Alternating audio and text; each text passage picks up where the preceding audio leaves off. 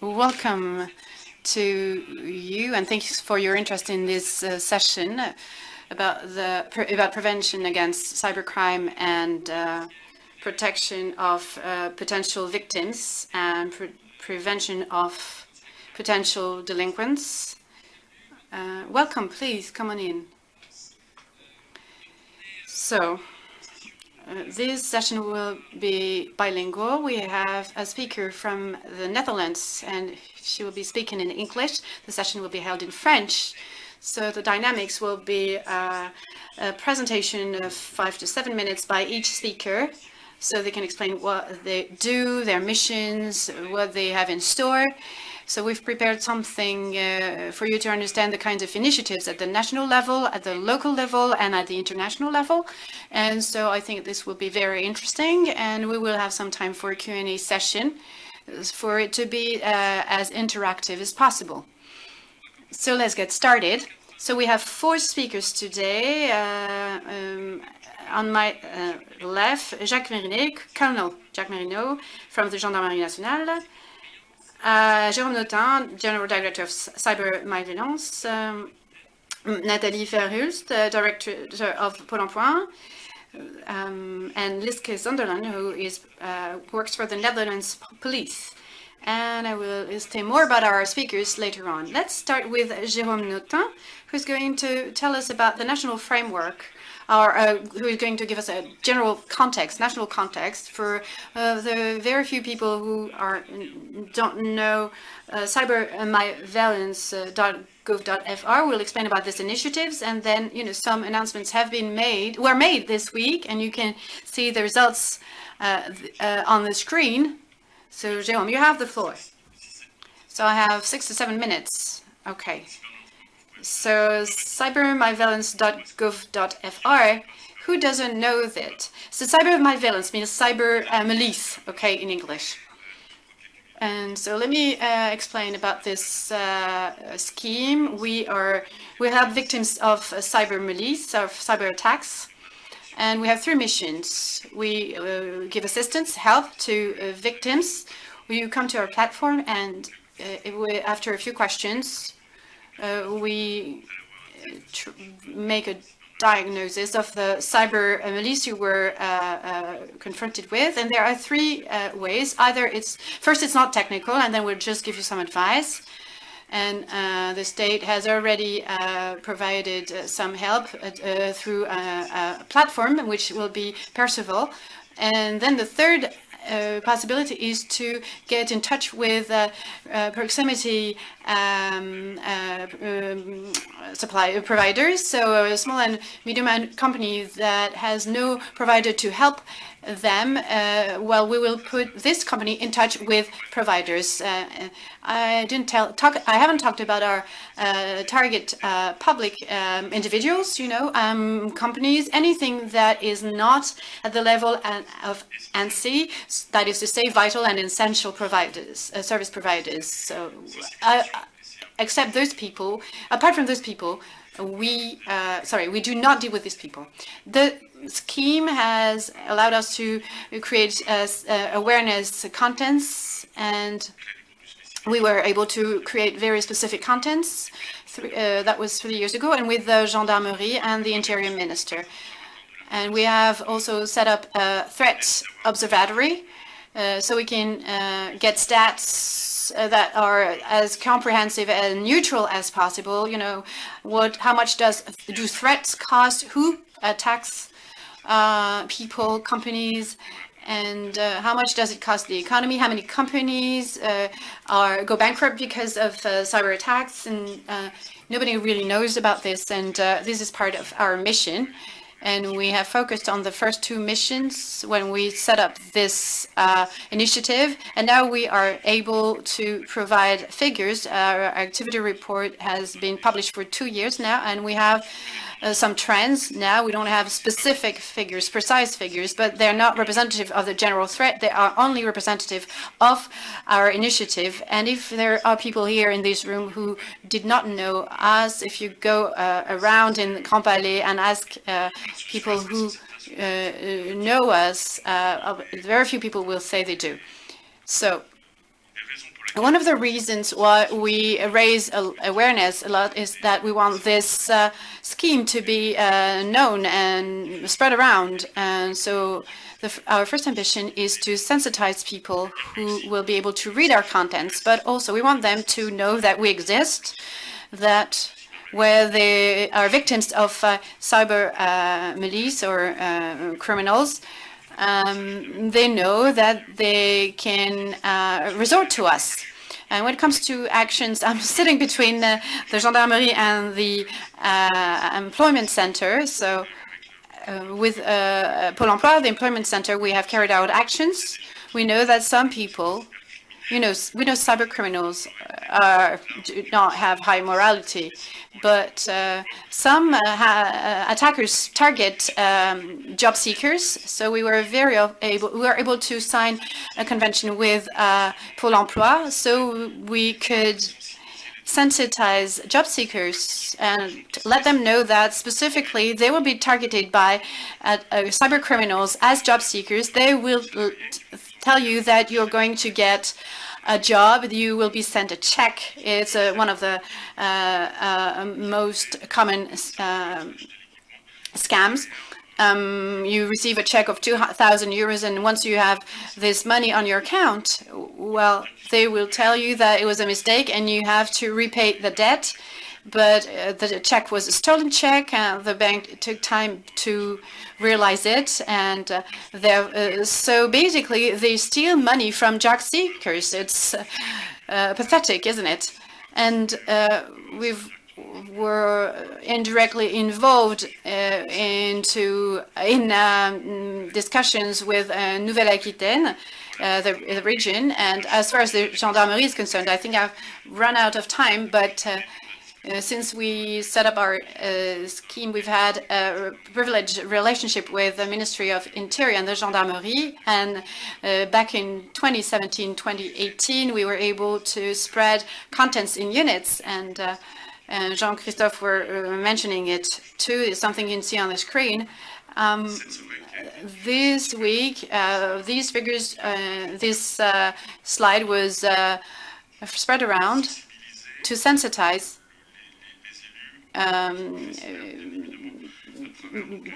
town people, elected people, and to cyber criminality. And so there are 9 questions. If one of the answers is in the red box to these questions, then some sessions will be organized to raise awareness among the elected people. Elected officials. So we hope that elected officials will work together with gendarmerie, because I'm pretty sure that red boxes will be ticked. Question 7 is about whether the connection for teleworkers is secured. So this scheme, we also set up a scheme that worked very well. With the gendarmerie, elected officials were asked to get in touch with the gendarmerie, so awareness could be raised, and so they could be trained when someone, a very angry person, comes into their office and there might be bodily damage to them. Some elected officials were actually killed. So we have worked with them so we could prevent this type of attacks.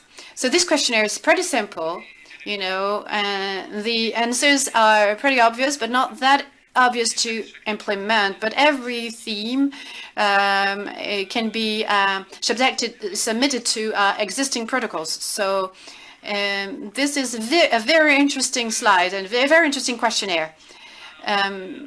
So what's interesting is that we have 2 speakers from the police services for prevention, which is very interesting because you might imagine that they might be more focused on repression and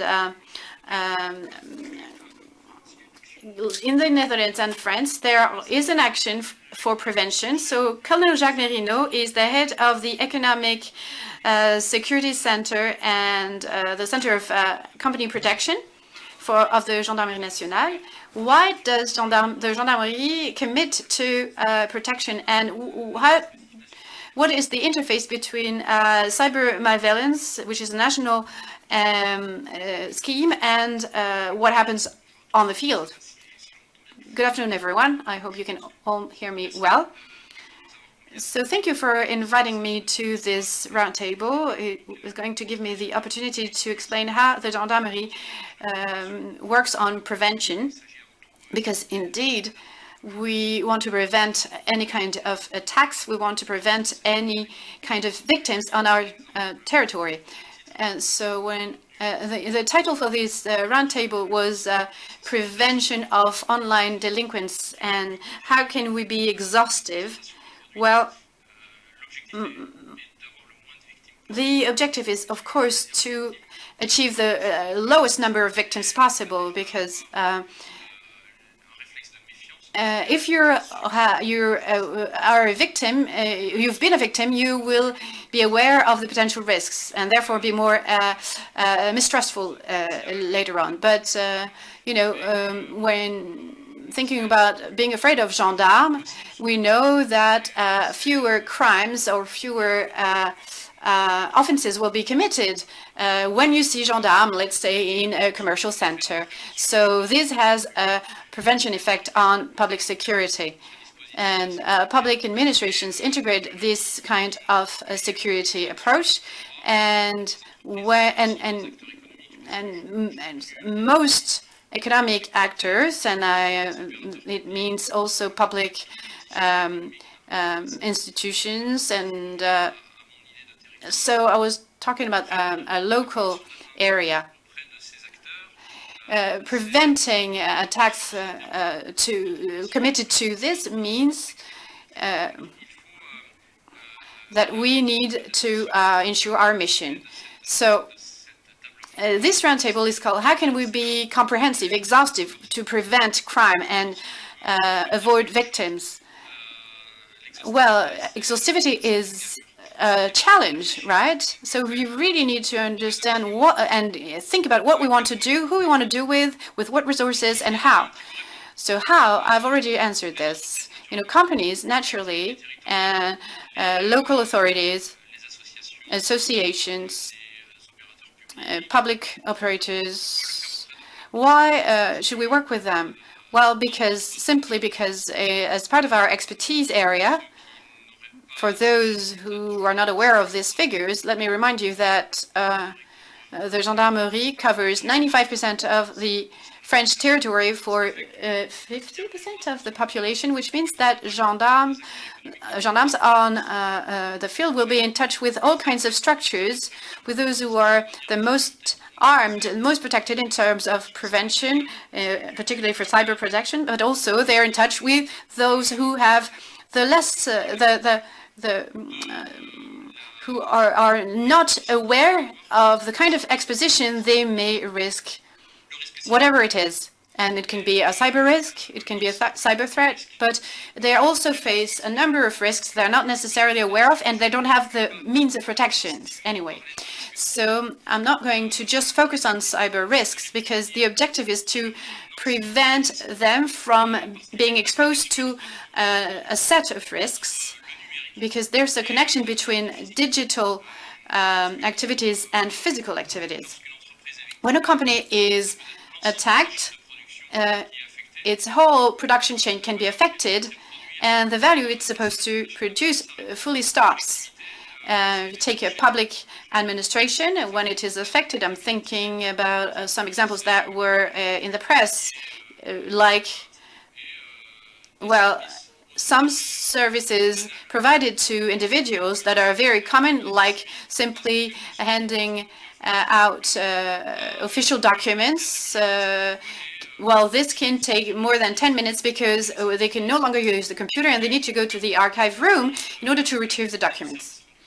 So the prevention we will carry out for these or provide to these companies will be part of an action to sensitize them to the risk they can be exposed to, but we will also take part in the creation of an environment that can help them pursue their activities in normal conditions.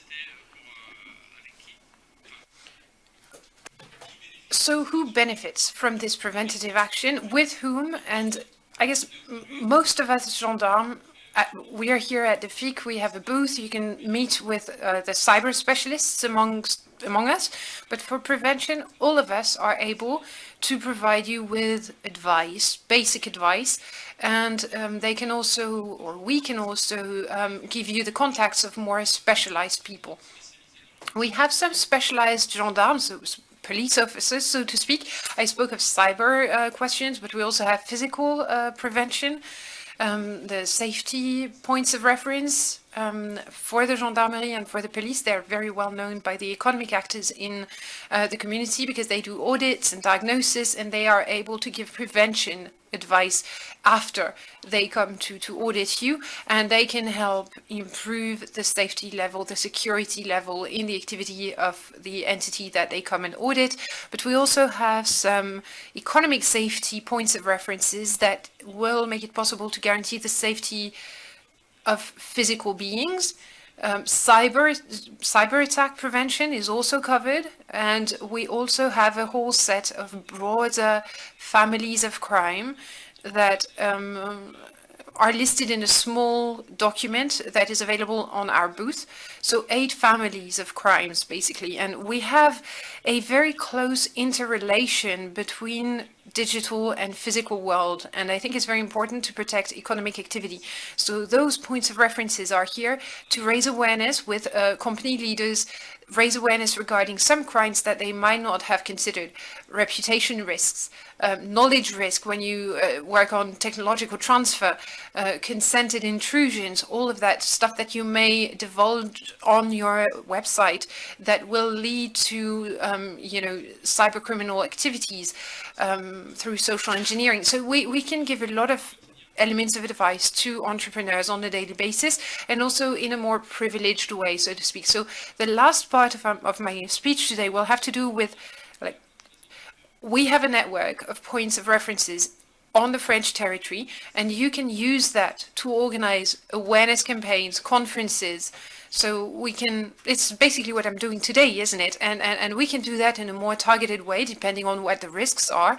But it's important to raise awareness regarding the risks, especially with business leaders. And then in a more specific way, when we go and visit businesses, visit companies, we can establish diagnosis, and then we will participate in the creation of a methodology for those companies so that they can reduce their vulnerability and become more robust. And this is really all about broadcasting that safety culture, which will help improve the overall level of security. You have to recognize also, it's a good transition with Nathalie actually, that, sharing knowledge, sharing that shared security culture can only happen if we all work hand in hand. We need to do that with partners, and it only works when you have partners. If you want to organize an awareness raising conference, if you don't have partners, no one will come. It's quite simple.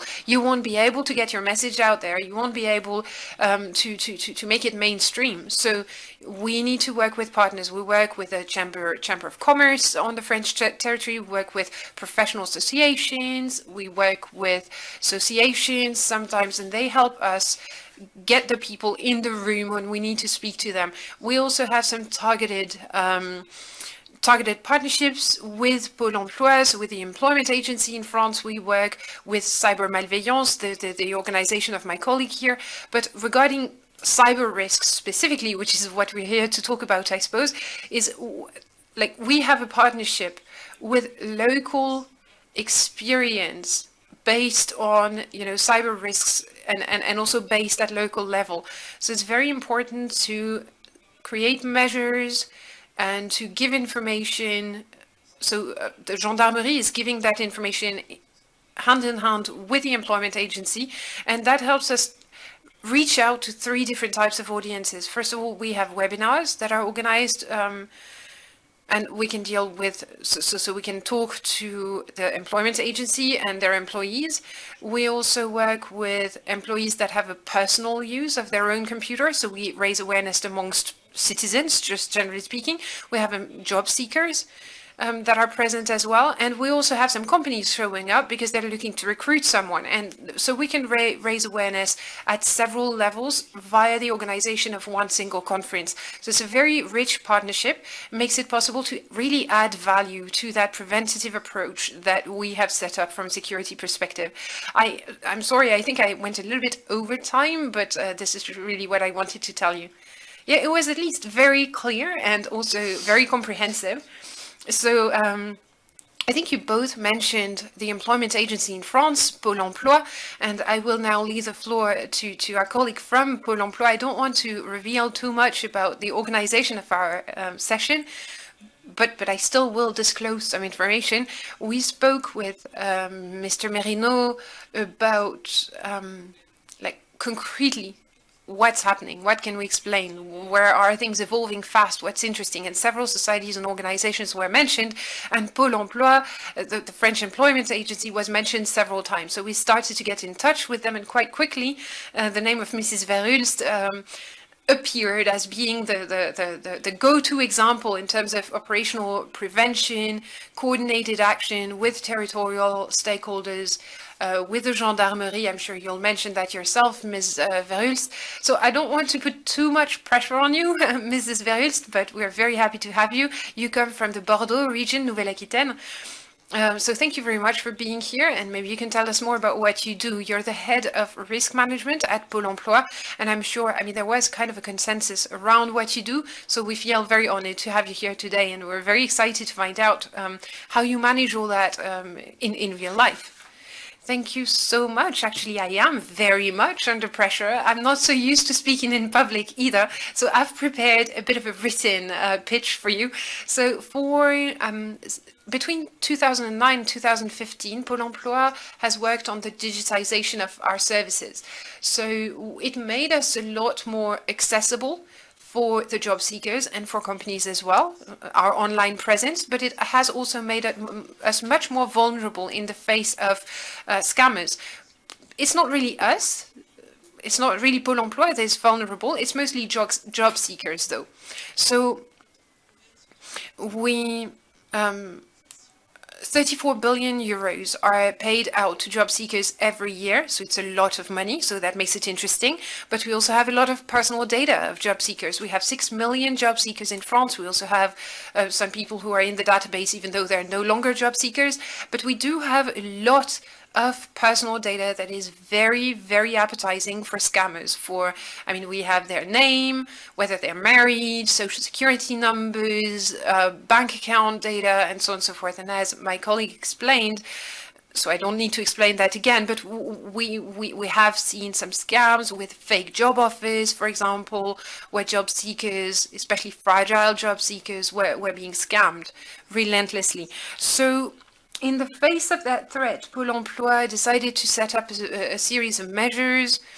We have created some information data sheets regarding cybercrime. We've worked on internal awareness raising as well. We tried very quickly also to get in touch with the Cybercrime Center for the Fight Against Cybercrime, rather, so to work on our own perception of threats and on the perception of the gendarmerie as well, in order to try and really determine the scope of such scams. So those scams are the third cause of fraud, so cyber attacks in the world and in France as well. And we have quite quickly understood, we rapidly understood that we had to give our job seekers the right armamentarium, the right weapons, so that they may use the internet in a safer way. So we started with a lot of measures in 2015, 2016. We also got in touch with other partners in the region, the regional council, for example, Conseil Régional, we tried to determine how we could work together with businesses regarding economic development and also working with job seekers in order to give them better training and better advice. But our So we started working on a first prevention plan in collaboration, more specifically with the Gendarmerie Nationale. So we had been working, I think, since 2014 on other projects. We'd been working on physical safety, physical security, and starting in 2016, we added to that like a cyber threat aspect to what we did together, in order to raise awareness about that. So the first thing we did was working on getting to know each other. We tried to understand how best to work together as well.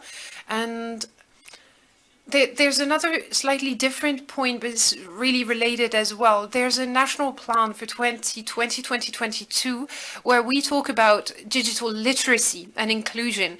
14 million of French people do not know how to use a computer in France. They're excluded from that digital world. 11% of the population is electronically illiterate, and 18% of job seekers claim not to be familiar with the internet or not to be at ease with that tool. So we have to be able to integrate that digital safety aspect to what we do, because job seekers will use digital tools only if they feel safe using them. So we co-designed with the Gendarmerie a digital safety plan with 3 aspects, 3 layers. Similar to what Jacques Merino said, we have one layer that is specifically for job seekers, another layer that's specifically for businesses, companies, and then we have a last layer that has to do with internal awareness raising, so within our own services. We started with concrete actions in 2020, which was obviously not great for us, but we were stubborn and we managed to create or to have a physical meeting in Libourne in the Gironde, again near Bordeaux. And within the agency we have like 9 young people that were invited to participate, and we also had some of the agents from the agency, and very quickly we managed to fill the room, even though of course with the health measures it wasn't a lot of people present, but still.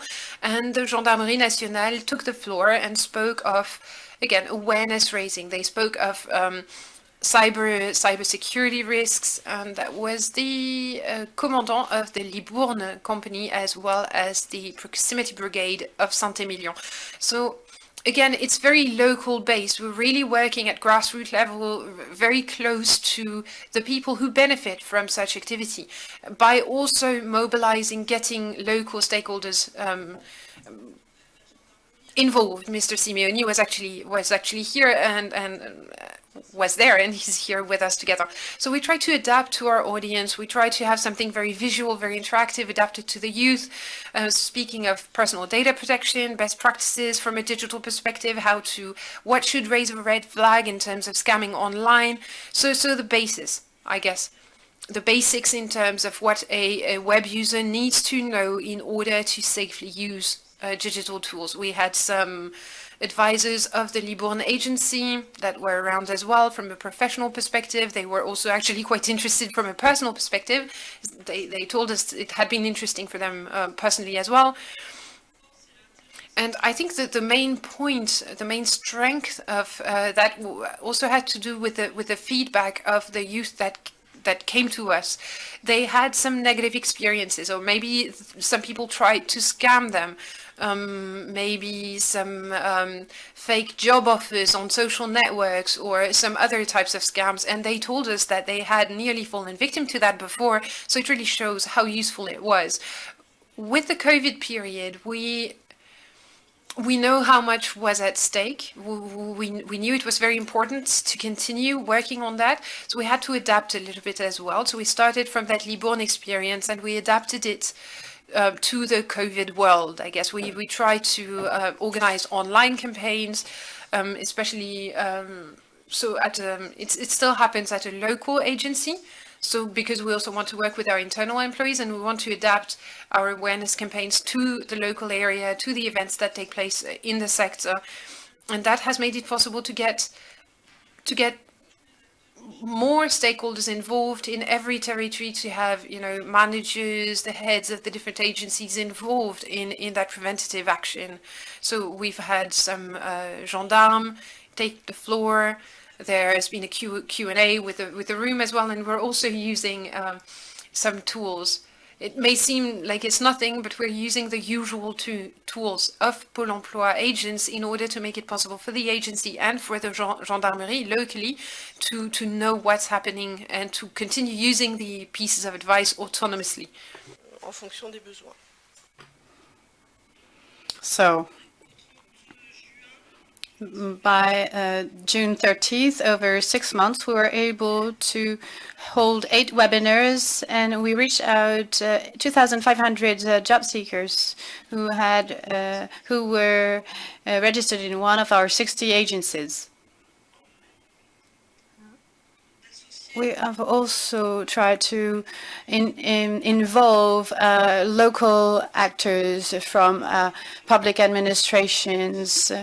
So youngsters could also benefit from this awareness campaign. I haven't mentioned everything, but we also held webinars with the gendarmerie for companies at the regional level. Well, it's very important to give such concrete information. Don't be shy about it, really. And before I give the floor to Mrs. Nod, you were also you also received some feedback from Dordogne area, from the gendarmerie there. Yes, well, it dates back to the beginnings, back in 2014, 2015. We were becoming aware of the rise in scams, and so the gendarmerie asked us to hold a communication campaign on Facebook to make people aware of scams targeting job seekers. And so this was what got us started. We worked with Gendarmerie in Dordogne, and I don't know exactly how to say it, but this is what made us create some awareness document on Facebook. When it comes to webinars for companies, we target very small companies. I don't have any figures, but I think it's 90% of employers who are part of our database are the most fragile and therefore are the hardest to reach through main networks. So we mobilize local agencies so they can be invited to webinars. And we held these webinars at the regional level. And we also rely on the Chamber of Commerce locally. We will hold a specific webinar for winemakers. And we also have a Pôle emploi. We focus on recruitment practices for recruiters, for employers, so they can access to the CV database, which is the entry point of scammers. What I find very interesting, I'd like to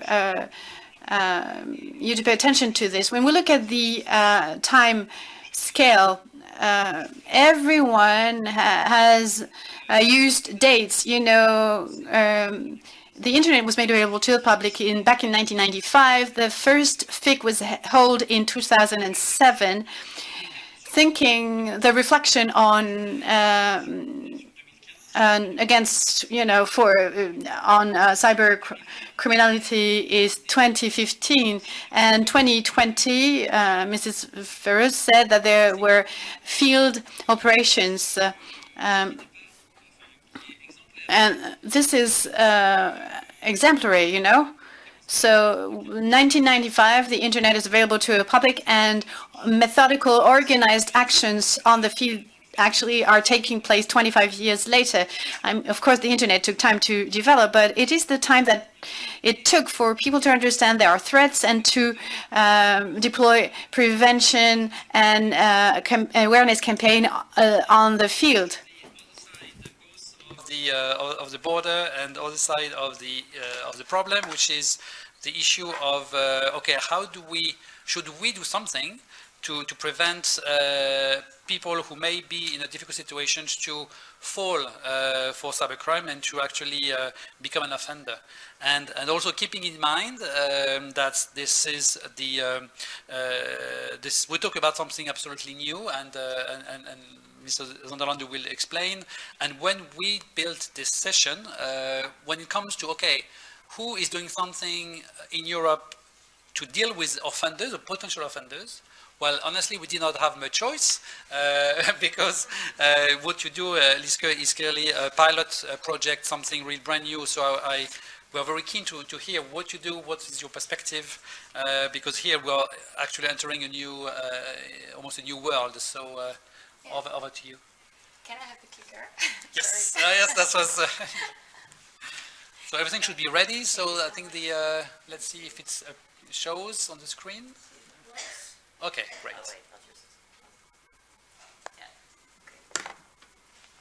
I'll just start like this. I'd like to start with a short story.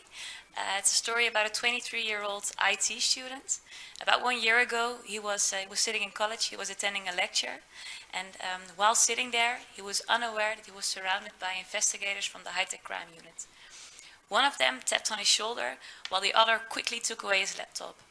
The student was arrested for developing and selling malware. The investigation was a success.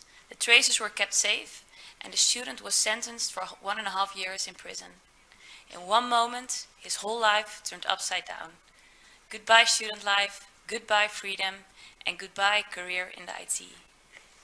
When you listen to this story, there's actually only losers. Like this student who had been interested in IT and hacking since he was young, developed things that were quite good. Good enough at least, yet to stand out, and also for cyber criminals finding it and wanting to buy his stuff. And that's also the reason that he came on the radar of the Dutch police. And it's a good thing that he came on the radar, but it's also a little too late. And to prevent youngsters, like the student in the story, to show up on the radar when it's too late, the Dutch police invests more on offender prevention. I'd like to tell you a bit more about the pathway into cybercrime. Our British colleagues from the NCA developed a pathway into cybercrime. And it shows how someone gradually grows into a cybercriminal. Because often we see that they start with regular online activity, then they become involved with online gaming. Maybe they want to see if they can cheat or mod during a game, and then they end up on a hacker forum. And in the hacker forum, they maybe get in contact with cyber criminals who drive them into minor cybercrime, and then eventually the serious cybercrime. And I now have 3 arguments that match to the pathway to show the added value of prevent. And the first is if we compare online offenders to offline offenders, online offenders don't get that much corrected on their behavior as the offline offenders. Like if you look at an offline offender, if someone throws a brick through a window, that person usually gets corrected on his behavior and receives an intervention. But when we look at cybercrime, it usually happens in more anonymous settings. So when someone, for example, commits a DDoS, he usually doesn't get corrected on his behavior and receives no intervention. And because of a lack of the intervention on this pathway you see here, someone can grow gradually into a serious cybercriminal, and then it's already too late if he then shows up on the radar. The second argument is more on the potential impact of a cybercriminal.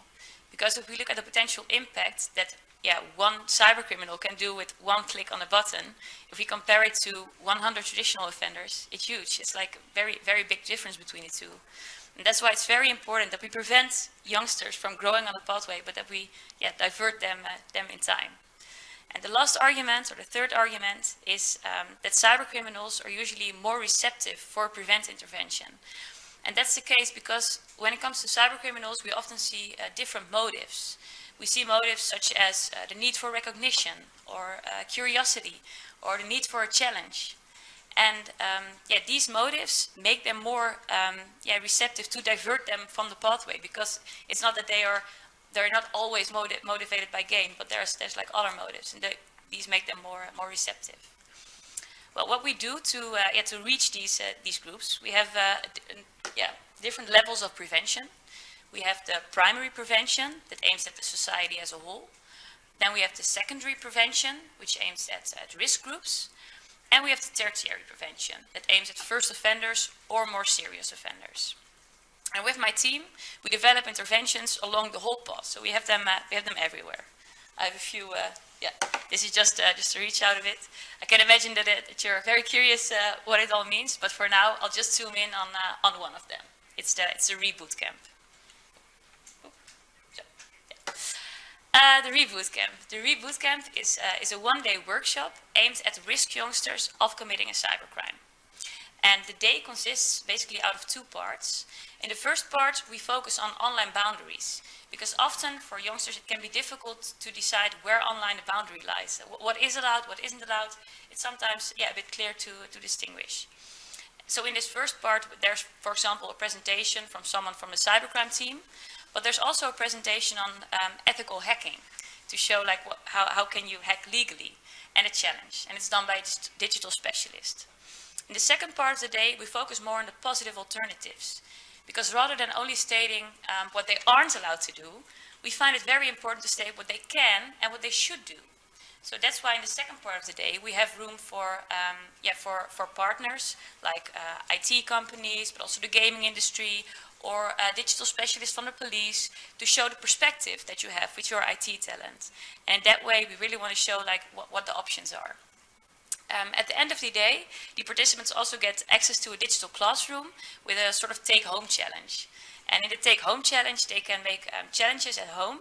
And if they finish them, they get a certificate. And it's a certificate that they can share on LinkedIn or use during a job interview to show what they're capable of. And it also gives them a feeling of pride. And apart from the program for the youngsters, we also have a program for parents and for teachers to help them in the digital upbringing, because it can also be a challenge for them, because there's a whole generation difference there. The benefits from this intervention is that it's quite easy to organize, maybe in your own organization, and that it can be a good first step towards offender prevention. I hope that I gave you a bit of an insight on the things that what you can do on offender prevention and like the different steps that you can take. And I'd like to invite you all to think of a small step that you can take maybe, or your team or your organization, to do an intervention somewhere on the pathway, which is now not there anymore, somewhere on the path that you can do to prevent youngsters from going into serious cyber offenders. If you're curious about the other interventions or how we set up the team, please feel free to contact me or after the session, or send me an email. Thank you. Thank you, Liske.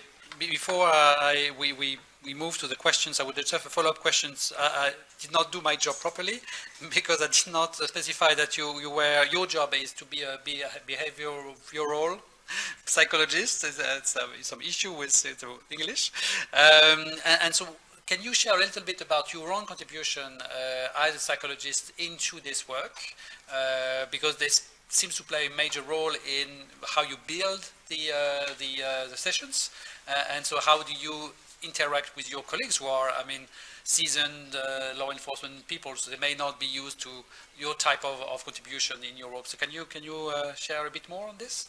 Yeah, sure. Yeah. Well, the team that I work in, we consist out of a number of different persons, and we all have a different expertise. So there's a digital specialist in my team, a criminologist, and also a senior advisor from the UK. And my specialism is then a behavioral psychologist. And we all use our own expertise to develop the interventions. So if we look at the reboot camp that I just explained, then my part there is mainly to look, okay, what motives do we see in this group? So for example, the need for a challenge. Okay, how can we then yeah, what do we have to do to play on these motives? How can we like influence these motives and make sure that the need is fulfilled? So we see the need for a challenge. That's why we incorporate different challenges in the day so that the youngsters really fulfill their needs. So it's really my task to see, okay, what motives do we see and what behavioral techniques do we need to put on those motives. So that's what I do actually with every intervention that we have. Yeah. And how do you select? Et comment est-ce que vous sélectionnez les jeunes qui participent? Comment est-ce que vous détectez les jeunes à risque plus particulièrement ou ceux qui agissent de manière malveillante? Comment est-ce que vous les trouvez en fait? Aux Pays-Bas, il y a beaucoup de jeunes, après tout, c'est un grand pays. Vous voulez dire pour les engager dans ce genre de camp, comme le Reboot Camp? En fait, on a une échelle d'évaluation de compétences informatiques avec un spécialiste informatique. On a développé tout ça et on va dans les écoles et on fait une présentation et on demande aux étudiants, alors est-ce que ça vous intéresse? Est-ce que vous avez suffisamment de compétences? Dans ce cas-là, vous pouvez nous rejoindre. Et on procède alors à une évaluation. Et si on leur donne une note, et si la note est suffisamment élevée, eh bien, ils peuvent participer au Reboot Camp. Et ma dernière question concerne, est-ce que vous avez fait beaucoup de changements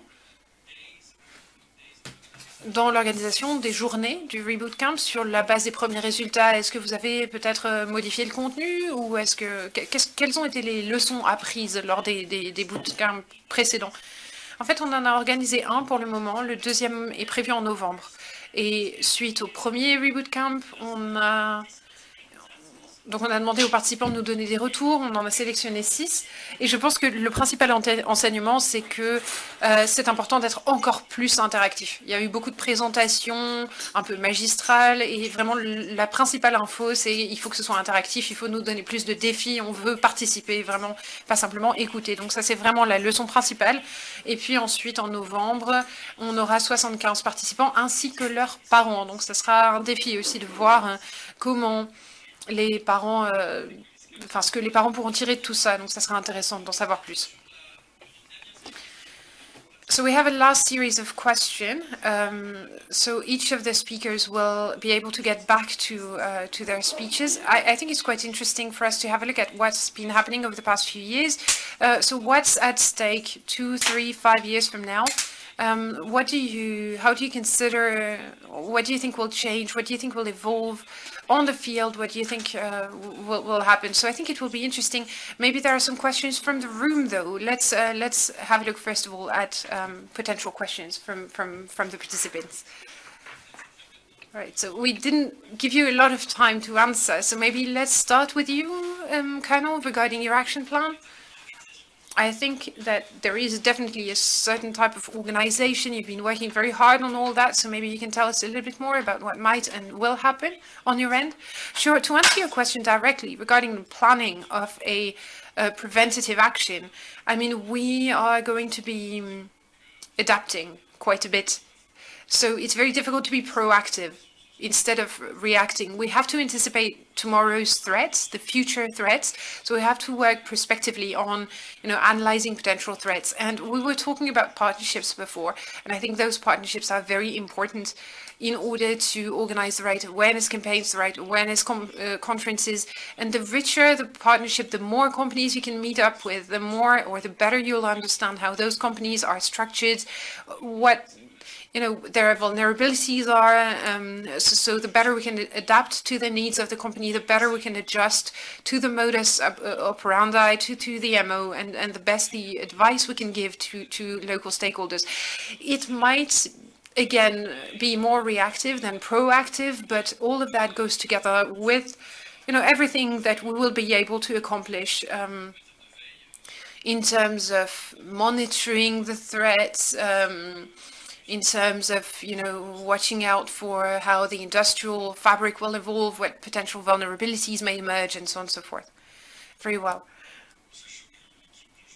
the team is always shocked when I tell them I don't know where we'll be 2-3 years from now. So it's always complicated for me to answer those questions. But I mean, of course, it's always important to collaborate, to anticipate, as Jacques said. That's fundamental. And I was telling you before also when I presented our scheme, our system, is we're working very hard on creating the threat observatory.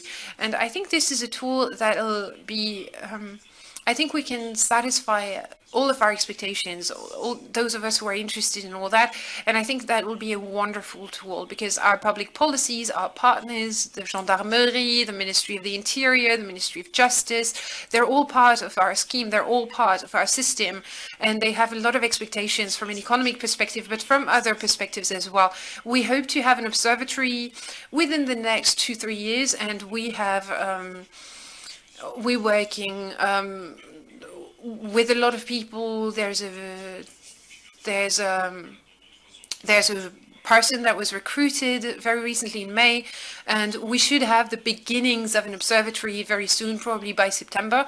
And the idea is to then create a tool that will make it possible to have to be even more proactive in terms of emerging threats, and so that we'll be able to react faster when faced with new threats, because obviously hackers are very creative and they have a lot of means as well. So yeah, and I'm afraid I won't be very original because I think threat analysis is very important. It's been said before.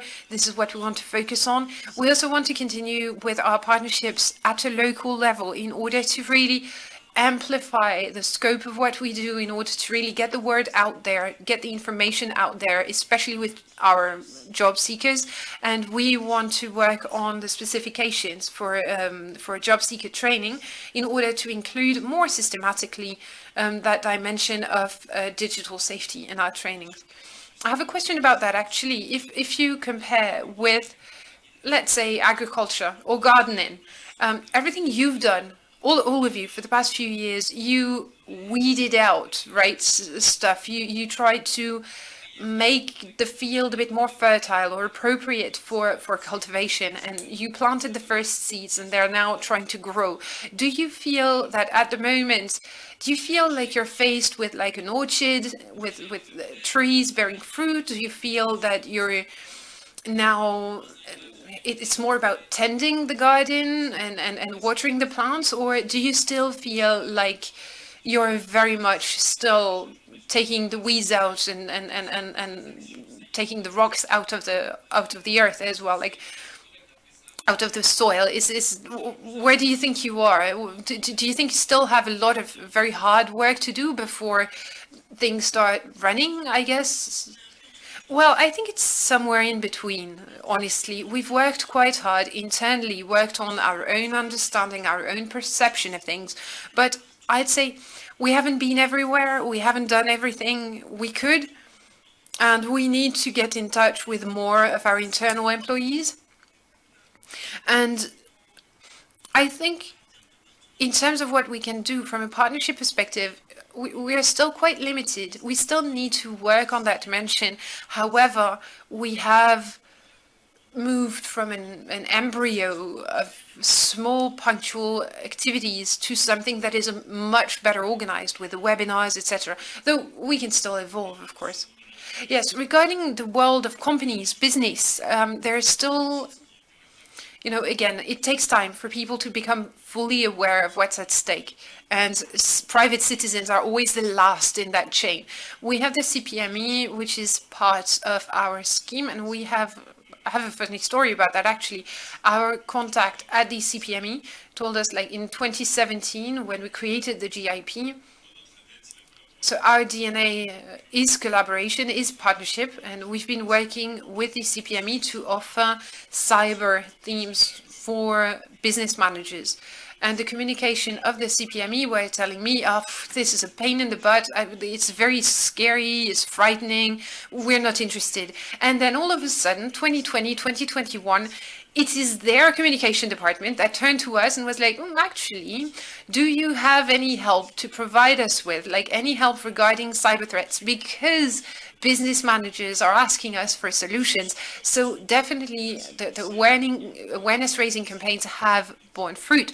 Quite clearly, it has now trickled down, so to speak, to the business managers, to the head of companies.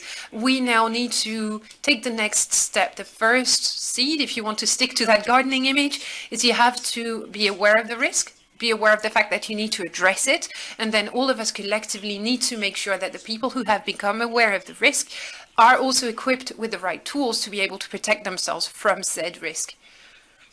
Maybe if I can add something regarding this aspect, and you were saying that we've been working on tilling the field, so to speak. The gendarmerie has been doing that for a long time. Since 2005, we've been working on public economic intelligence policies. Now it's the public economic safety policy now, and we can see that the messages are being conveyed.